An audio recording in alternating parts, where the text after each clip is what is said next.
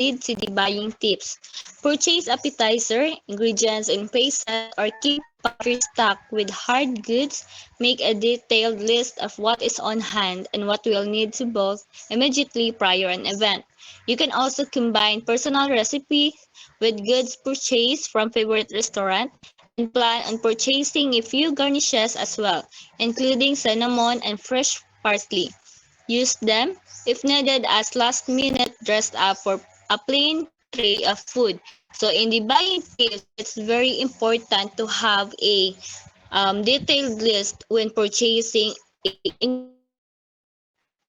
the appetizer or any food so that nga palit jud nimo tuon sa tong imuhang mga needs na ingredients and then wala kay makalimtan. And also,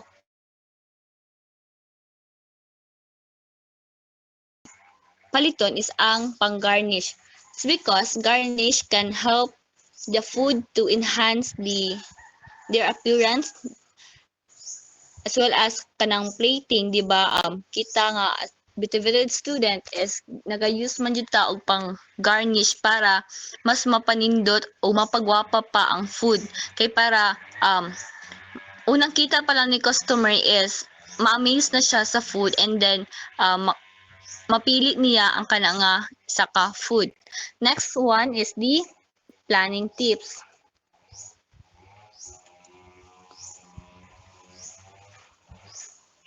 Wala ko nakita PPT. Planning tips. Okay. For every 5 guests, plan on 2 different types of appetizer. 1 to 5 guests, 2 varieties, and 5 to 10 guests for varieties and etc. So, when you're planning an event, consider mo kung wala ka buok ang guest sa kanang event, kaya mo na yung pinaka-buok or pinaka-service ang imuhang ibutang or i-serve sa guest. Next, the time of day will factor into how many appetizer your guest will consume. But a good rule of thumb is 8 pieces per hour per guest. This may be less if a meal is served and more if it is a festive or holiday occasion. When people kita nga PPT. So diri is dapat dili lang unsa kadaghan sa guest ang imong i-consider. Dapat i-consider pud nimo kung unsa na sila nga mga tao, whether it is mga old ba or ka mga may edad-edad na ba or mga teenage pa. For example, ang isa ka event is 18th birthday. So, di ba, pag ingana is, ang mga guest jud is ang mga teenager. And then, mas hilig sila og mga sweet foods or mga appetizer. Dapat i-estimate nimo nga, dapat every hour, kung pila ilang makaon na food. Kay para, aware ka kung pila ka buok or pila ka servings ang imuhang i-prepare. Next one is the Next, ma'am.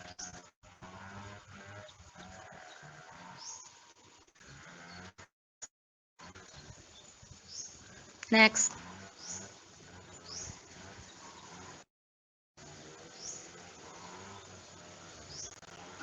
Next. Usage tips.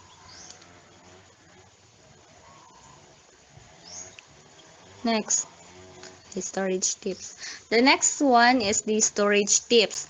Allow cooked foods to reach room temperature before refrigerating. For safety, chokes na.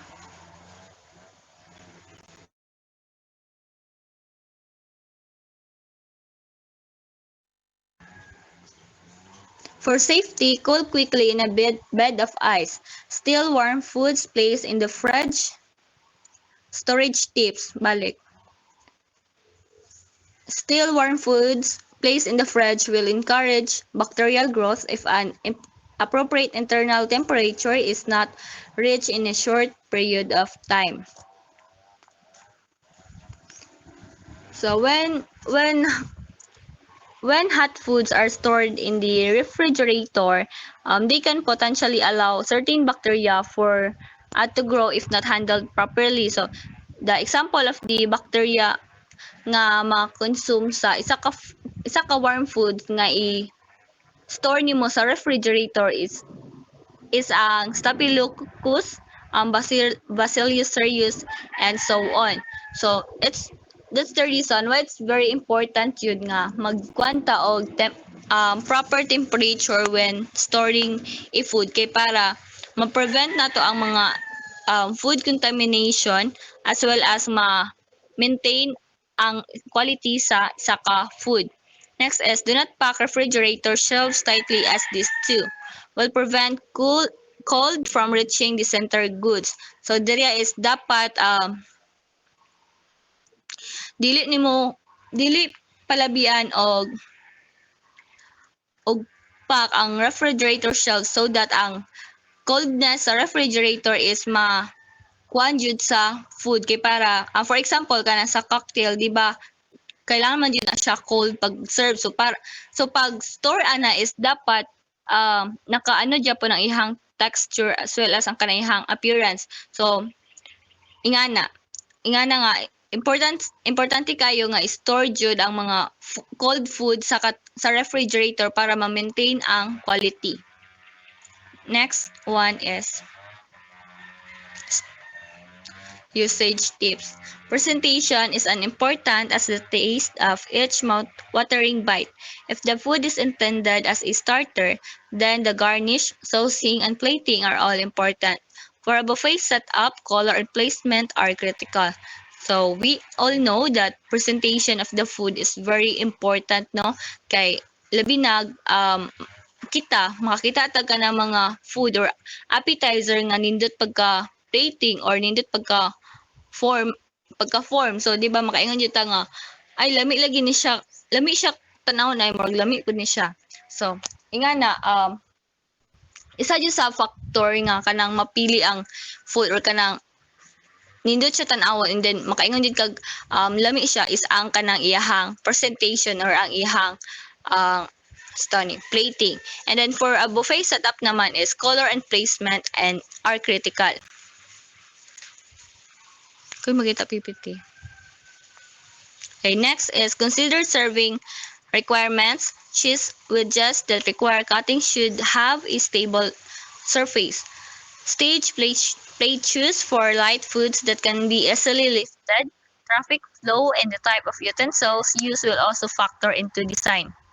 So, dapat kita sa station table is dili lang kanang food lang jud kanang i-serve, di ba? Naman jud mga food nga need og mga utensils. So sa ingana dapat nakabutang pud siya sa ilahang specific area kay para dili siya gubutan awon. And also para dili maguba ang appearance or dili magguba ang table setup sa mga food. So dapat kung ang food is naka-arrange, so dapat ang utensils naman is naka-arrange so that dili siya maka-affect sa presentation sa food.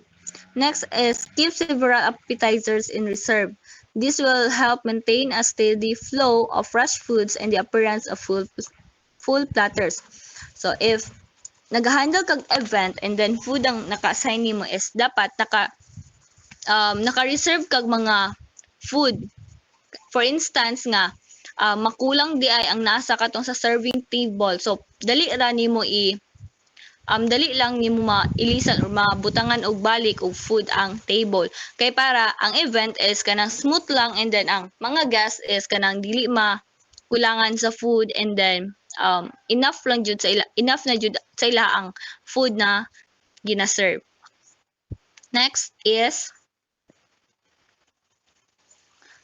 so we're done to the composition of appetizer, and now let's go on to the general rules for holding appetizer. First one is the keep holding times for furnishes product as short possible. So when you're going to set up the food is dapat dili nimo siya balik-balikon og gunit or kanang dugayon nimo og gunit lang. It's because nay possibilities na makuanan og bacteria or um makuanan og bacteria and then maka-result pa siya food contamination. Next is keep moist and dry ingredients and assembly the two kinds as close to use times possible. Diriya is dapat i-keep jud nimo ang mga moist as well as ang dry ingredients so that ang ang imuhang food na i-assemble is kanang dili gud siya dali madaot. For example, katong feta and tuna appetizer, di ba? I mix naman nato dan ang tuna and then katong mga shredded carrots and then ibutang na siya sa lahi nga container and then kung assemble na ta sa ato ang table or sa charcuterie board is kanang naka-organize na siya ba kay para pod na dali na lang pod pag assemble nato sa to ang table, dili na kailangan nga mag-mix pa ta dito sa to ang mga moist ingredients. Next one is they keep cold foods cold and hot, not only for taste and eye appeal but for safety sake. So diriya is dapat katong mga foods na for cold lang and then kung hot siya, hot lang jud siya. Dapat maintain lang yun ang kuan sa food kay para nindot gyapon siya tan-awon kana ma-maintain gyapon yang quality as well as kanang safety siya kaunon kanang dili siya maka-result og mga any food contamination. Next one is the plan production carefully with all these other rules in mind. So last is dapat i-plan jud nimo kung unsa ang imong mga steps nga buhaton when it comes sa pag-serve sa food kay para smooth lang ang daloy sa event and as well as sa imong pag-make gikan pa lang sa imong pag-make sa food og sa servings. So that's the end of my discussion and I will give the mic to Ma'am JN. Ma'am, please take over. Okay, good afternoon, class. So let's continue the discussion. Okay, serving appetizer.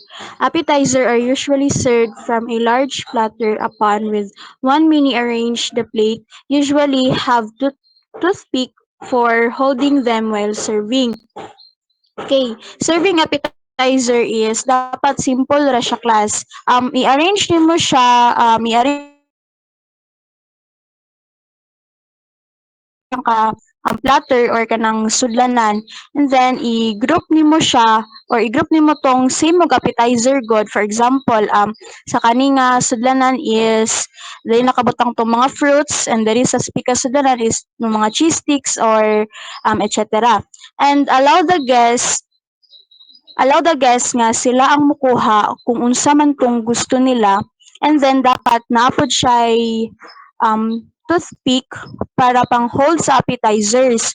For example, if naay cheese sticks, cocktail hot dogs or di kaya mga fruit slices is dapat naka-toothpick siya para mas dali lang ang pagkuha and dili mahulog. Next.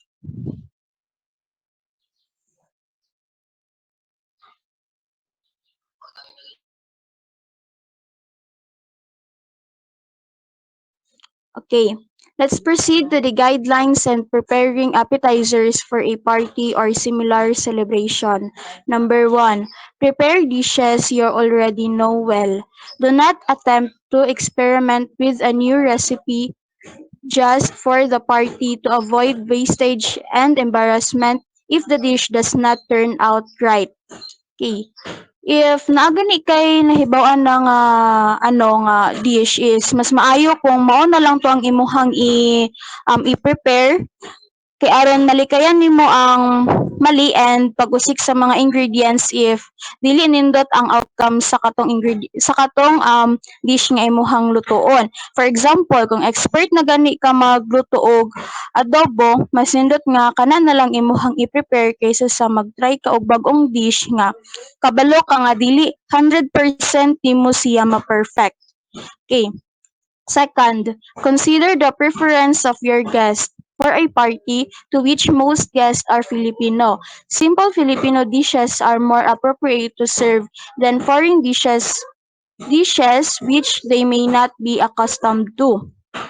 Okay, if mag-prepare gani ka og dish, dapat i-consider po to nimong mga hilig sa imong mga bisita.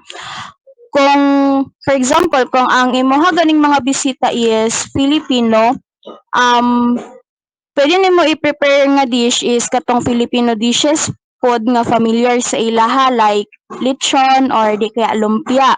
Kaysa sa mga foreign food nga basig dili sila ganahan or dili sila comfortable nga kaunon to siya nga dish. Okay, next.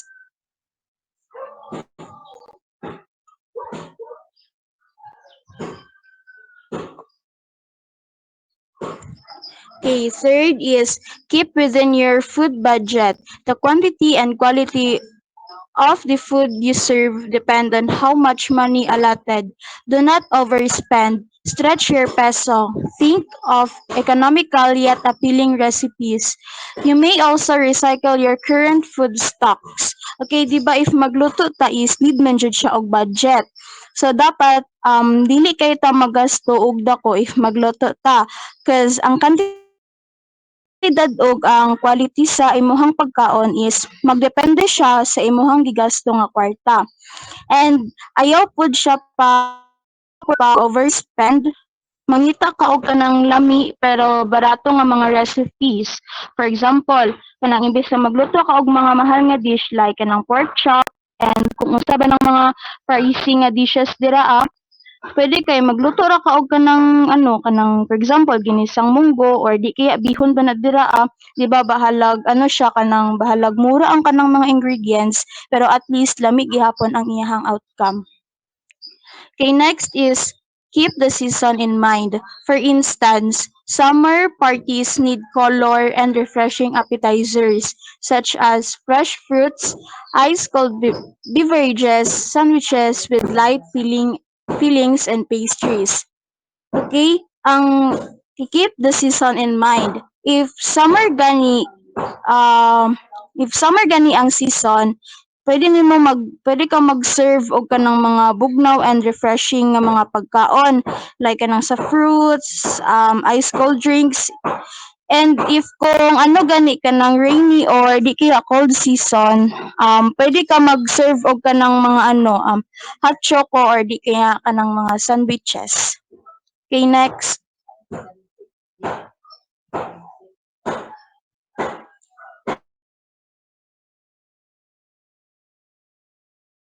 Okay, next is prepare food that is easy to serve. Allow your guests to serve themselves to save on trips to the kitchen and the need for more human resources. Okay, pag mag-prepare gani og pagkaon, pag-prepare og kanang mga pagkaon nga sayon lang i-serve aron ang mga bisita is mukuha na lang siya. For example, kanang buffet style nga setup, di ba, para dili na magbalik-balik ang mga staff o kuha sa sulod sa kitchen or sa kusina if ever man gani mahurot ang mga dish nga gilapag sa lamesa. Okay, next is plan ahead.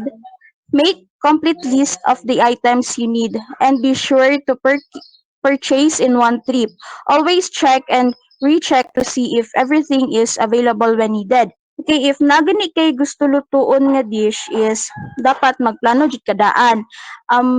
Dapat maghimo ka og kanang mga listahan sa kanang mga need nimo nga mga ingredients and i-ensure siya nga maisa ra nimo sila og palitanan sa grocery. For example, kung gusto ka magluto og spaghetti, i-ensure nimo or lista ka daan sa katong mga ingredients niya like katong pasta, sauce, cheese, and likes. And dapat kanang maisa ra nimo sila og trip tanan or maisa ra nimo sila og palitanan sa grocery para dili naka hasol magbalik-balik.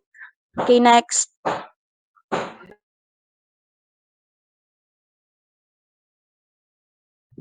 Okay, next is do not overfeed or underfeed guests. If your appetizer course precedes dinner, serve only one, two, or at most three very light appetizers so that the guests are not full when dinner is served. However, if it is open party that may last for several hours, variety of appetizers, canapes, horse divorce, and beverages can be served. Okay, if mag-serve gani, ayaw kay pasobra or pakulangi ang paghatag sa pagkaon sa imong mga guest. Kung naapay dinner sunod sa kanang appetizer is ilimit ra nimo paghatag nga kanang mga 1 to 3 ra ka light appetizers para dili sila dali mabusog. And but if kung party gani siya kanang dugay gud mahuman like kanang maabtan pa og hours is pwede nga kanang daghan nga mga appetizers ang imuhang i-serve. Okay, next.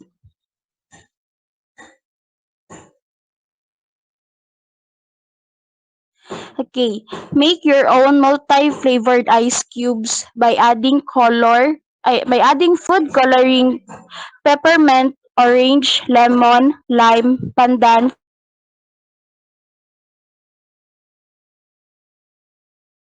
appearance of your punch. Okay, pwede ka maghimo ka ng mga ice cubes gamit ang food coloring o mga flavors like kanang peppermint, orange, lemon, or pandan. Aron makapadugang siya og flavors sa imong ice cubes. For example, colorful ice cubes nga with lemon flavor aron refreshing tanawon and lami siya inumon. Next is vary the floats in your punch bowls by using chopped apples, cherries, sliced orange, and dices multicolored gelatin. Flowers like roses, gardenias, and lilies will also serve a decors. Um, but ngayon ka ng kanang variation ang floats sa imuhang punch bowls gamit ang kanang mga chopped apples, cherries, or gelatin. Pwede pod ka ng mga chopped cucumber or ingana. Pwede sa di mo siya i-decorate with use of flowers like roses or di kaya ka ng gardenias. Okay, next.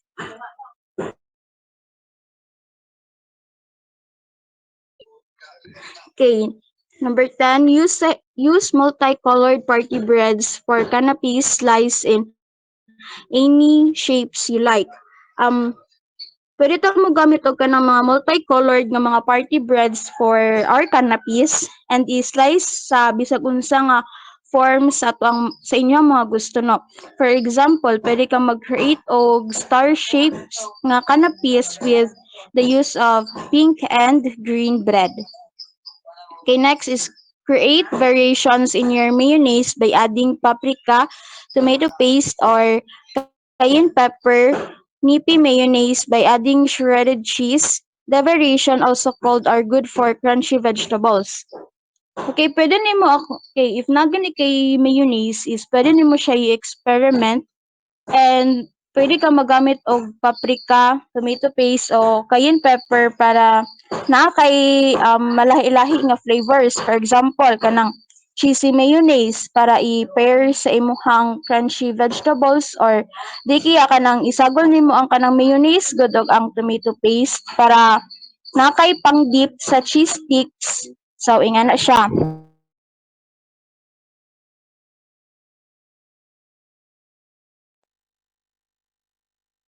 Okay, next is the mayonnaise with crunchy vegetables such as celery, carrot, cucumber, lettuce, radish, tomato, mushroom, turnips, and the like, bacon, chicken, liver sausages, mushrooms, and sardine.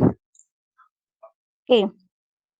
Okay, ang mayonnaise is pwede po din mo siya ipare sa mga crunchy vegetables no like celery, carrots, cucumber, and sa lettuce. For example, kanang carrot stick with mayonnaise dip nga naay shredded cheese. And para sa kung pagkaganina nga katong pwede mo isagol tong mayonnaise ug ang tomato paste, pwede nimo dira i-dip tong um, like kanang bacon or di kaya kanang mga sausages or mushroom mga ingana. Okay, next is eggs can be stuffed with anchovies, pickles, shrimp, crab meat, beef, pork, ham, and this. or di kaya cheese. Pwede na imabot og kanang stuffing ang itlog gamit ang anchovies, shrimps, or crab meat. Okay, ang stuffing class is refers to a mixtures ingredients or kanang ingredients nga isagol nimo siya sa isa ka ingredients. For example, katong itlog or katong sagulan nimo siya shrimp or di kaya kanang crab meat. And ang anchovies class is ano na siya kanang small saltwater fish kanagong bulino nga isda pero fresh siya. For example, kanang deviled eggs nga stuffed with ham or di kaya kanang fresh nga small fish. Okay, next is devise your own horse divorce holder like banana trunk wrapped in foil, fresh pineapple with leaves intact, cabbage, butter gourd, other big fruits. Those can serve as table centerpieces. Okay. Okay, pwede po ka maghimo ka ng unique horse divorce holder gamit ang banana trunk or di kaya ka ng pineapple. Pwede po nga ka ng pwede sab gamiton as a centerpiece.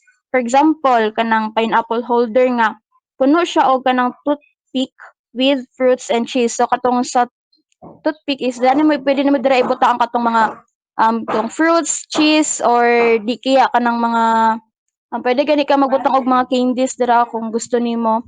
So I think that's my okay. Thank you for listening. Any questions, everyone?